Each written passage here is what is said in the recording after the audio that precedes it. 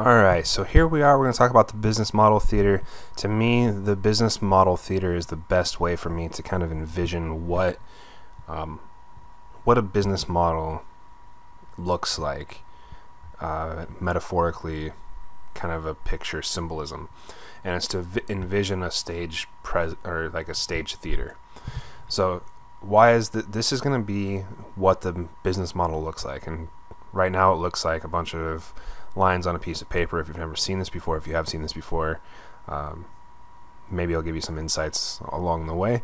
But here's why we use why I use the theater approach. The first part is the front of the house, which is to the right hand side of your paper, and you can go ahead and download a copy of this printed out, or just kind of draw the same type of diagram on your on a pad of paper.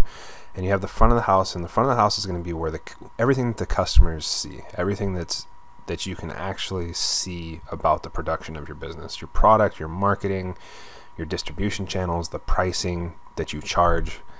And then you have okay, so you have the front of the house, what the customers see, and then you have the backstage, and this is where everything else is at, which is, you know, in the case of the theater, it's makeup artists, actors, the crew, the green room. And this is all the stuff that your customers can't see that goes into the production that makes it all possible. And then lastly, on the bottom side, you have the production. And the production is what the actors don't see, the customers won't see, the patrons won't see, and that is the costs and the revenue models that you're using. So on the front stage, you have first thing that you have is your customers. And anybody who's talked to me at all, anyone who ever talks to me, if you guys call me up to talk about your business model, which I invite you to do, we're going to be talking about your customers first and foremost. That's going to be the first thing that I'm going to ask you, is what is the customer segment that you're approaching? And if you can't tell me in 5 to 10 words who your customers are that you're approaching, then I probably will tell you that to call me back when you have that figured out. For me, Inventor is targeted, especially with this particular, the learn.inventor.co is targeted to new entrepreneurs who have never launched a successful business. That's who my marketing segment is. So both entrepreneurs who know a little bit of stuff, maybe they've failed a couple of times in their businesses, and also entrepreneurs who have never started a business before. So those are my customers. So the customers is going to be who benefits from what it is that you're creating. The next thing is going to be the proposition. The proposition is how will they benefit? And so the proposition is that I will give you training on how to put together business models, how to set up sites, how to create products that people care about, how to find out what people care about. Those are all the propositions. Again, the proposition and the customer should all take about 30 seconds to describe.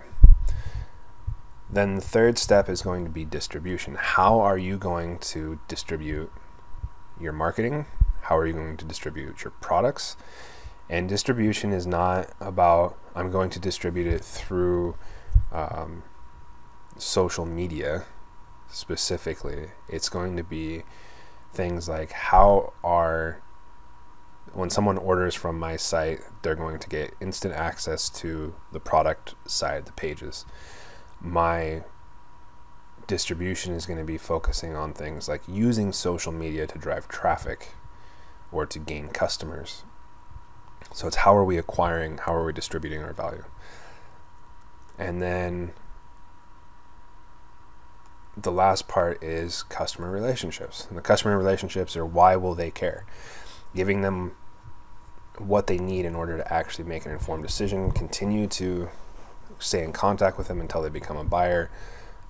All of the stuff that we will be covering in our development. And then you have the backstage, which is what resources do you need developed. And so over there on the top left hand side, in the middle on the top left hand side, you have resources. And the resources are going to be human resources, they're going to be intellectual resources, they're going to be property resources, and they're going to be financial resources. And we'll go through setting up each of those. What activities do you need to do to get the customers involved in driving traffic? So these are going to be the things like using social media to drive or using social media on a regular basis, and this is how the strategy that I'm going to use, that's the activities. Using SEO, and these are the activities that I need to do to get SEO up, to use paid marketing, to engage with email marketing, whatever that type of stuff. It's usually marketing type activities. Product development also goes into the activities that you need to take. And then what partnerships are necessary? Who do you need to get involved with? Who do you need to talk to?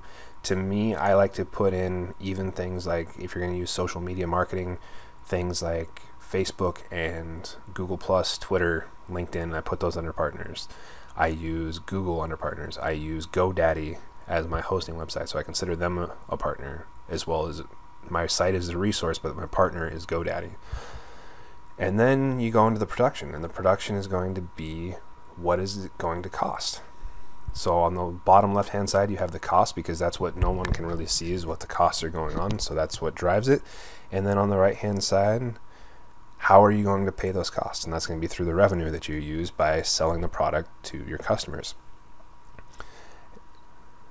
And so the last question that you need to ask yourself when looking at this entire business model here is, how will you determine your success? Is that going to be when you make $1 million? Is it going to be when you make $100,000? Is it going to be when you reach 5,000 clients? What is it going to be for you? How will you determine your success? And success can only be dictated by you.